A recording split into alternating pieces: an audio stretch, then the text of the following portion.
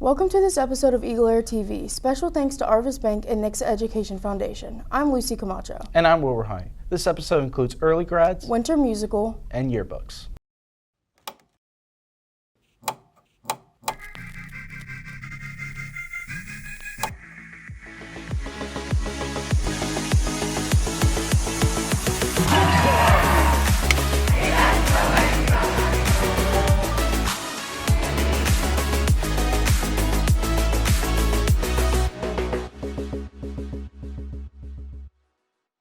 A small group of juniors is graduating with the seniors of 2024. Bryn Nelson gives us more.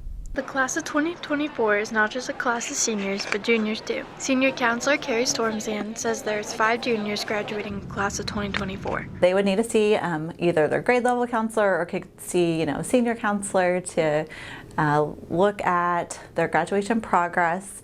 Basically, it's just like any senior to graduate from Nixa High School. If we're just looking at Nixa High School graduation requirements, it's that 24 credits. You want to make sure you get the 4th English in, and so that's where that can be a little tricky, that you may want to take an English class during the summer through launch, or like an English class here, because we do require senior level English classes. So if you're finishing your sophomore year and want to be finished your junior year, you want to go ahead and get that English 3. Or if you do, it's not really English 3 getting that taken care of, so it's a big thing. Junior Carolyn Merriquin says she is ready to start the next step of her life. I think really it was to get a head start. I want to go into the medical field, so really just to give myself time to do that. But then also I kind of wanted to see like if I could do it, and also a little bit I would have enough credits. As an underclassman, graduating early could be something to consider if you'd like to start your career early. For EagleAir TV, this is Bryn Nelson reporting. 13 Nixa High School theater students are getting ready for the winter musical. Miley Fisher brings us to the scene. Allison Fleetwood is directing the production of Old Man on the Moon with a select group of Nixa theater students. The Old Man and the Old Moon is a story of a couple that have gone through life and forgotten a little bit about where they came from, have gotten a little complacent and haven't taken the adventures that they wish they had. But really it's about the wife seeking those adventures, the old man seeking her, and in turn them living a life of adventure. But of course, all along the way we're meeting some crazy characters, sailors, hot air balloon pilots, a fun dog. There's lots of really fun, quirky characters.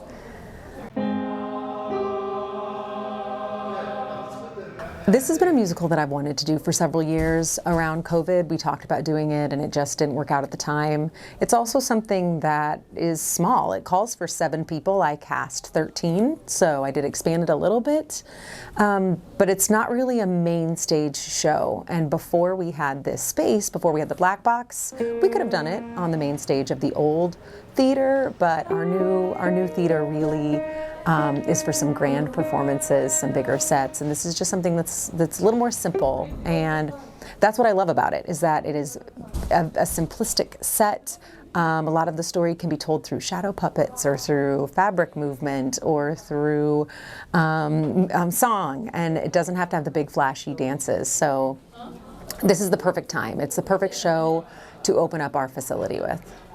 Because this is in the black box, it's our first black box show. It's limited seating, so we have anywhere between 100 to 125 possible seats. So I'm worried that it's a small cast. People might not know about this. They might not come out because they just don't know, and it's happening so quick. We open January 29th. But I'm also worried that maybe lots of people will want to come and we won't have the seating for them, and I want to make sure. I know we're only 2 rehearsals in, but I am 100% certain this is going to be something special that I want anybody and everybody to see. So I hope that not only does everybody hear about it and gets out here, that there's room for everybody. We want to make sure that people get to see this awesome piece of art. Brianna Gonzalez is one of the music directors and cast members for the musical. If you are in the 8th hour theater class, you are required by the class to audition for the musical, but most people do it because they like to do it. The show is really interesting because it's the first show that we've had in the black box, and to have the opportunity to be in the first black box show is incredible. So my character's name is Llewellyn, but I'll also be just moving around the space and moving boxes and helping out with all the technical things since everyone is on the stage the entire period of the show. No one leaves the stage.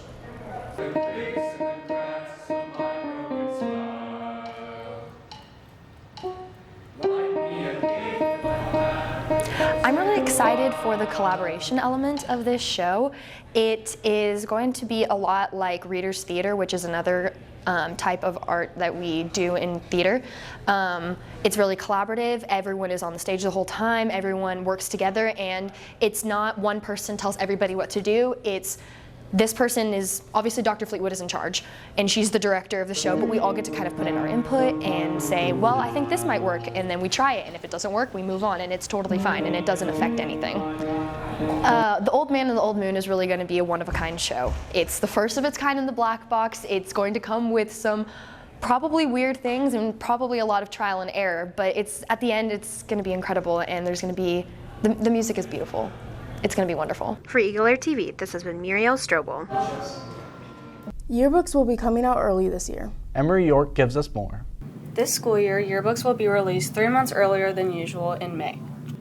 Journalism teacher Beth Eggleston says this is a much-needed change. The problem that we've had in the past with an August release on the yearbook is that especially the seniors, they're already gone. And they just don't pick up their yearbook. And so we end up with boxes and boxes of yearbooks in August that have been paid for, but people just haven't gotten it. The yearbook students and I talked about it quite a bit last year, and we thought it's really not fair that seniors are paying the money, they want to have that senior year yearbook, and some of them just can't get it or they don't get it. Yearbook editor-in-chief Emma Hoffman says she's always been in favor of the May release. I think it'll be a great way to engage students. The hope is that we'll have it out by the last week of school so that we can have a signing day where everybody who has a yearbook can go out on the football field theoretically and just be able to hang out with their friends and get everybody to sign their yearbook and just have a good moment where we remember that year of school together. Yearbook staff are hopeful to continue the May release. However, there will be some differences. The goal is that we'll stick with the May release from now on, but there are some differences that we're going to have in the yearbook because of that May release. The main thing is we are not going to be able to get prom or graduation in the yearbook, which was a big reason why we stuck with the August release for so long. For EagleAir TV, this is Emory York reporting. Thanks for tuning in to this episode of EagleAir TV. Be sure to check out the Nixa Journalism website for more content. Stay safe and you matter. We'll see you next time.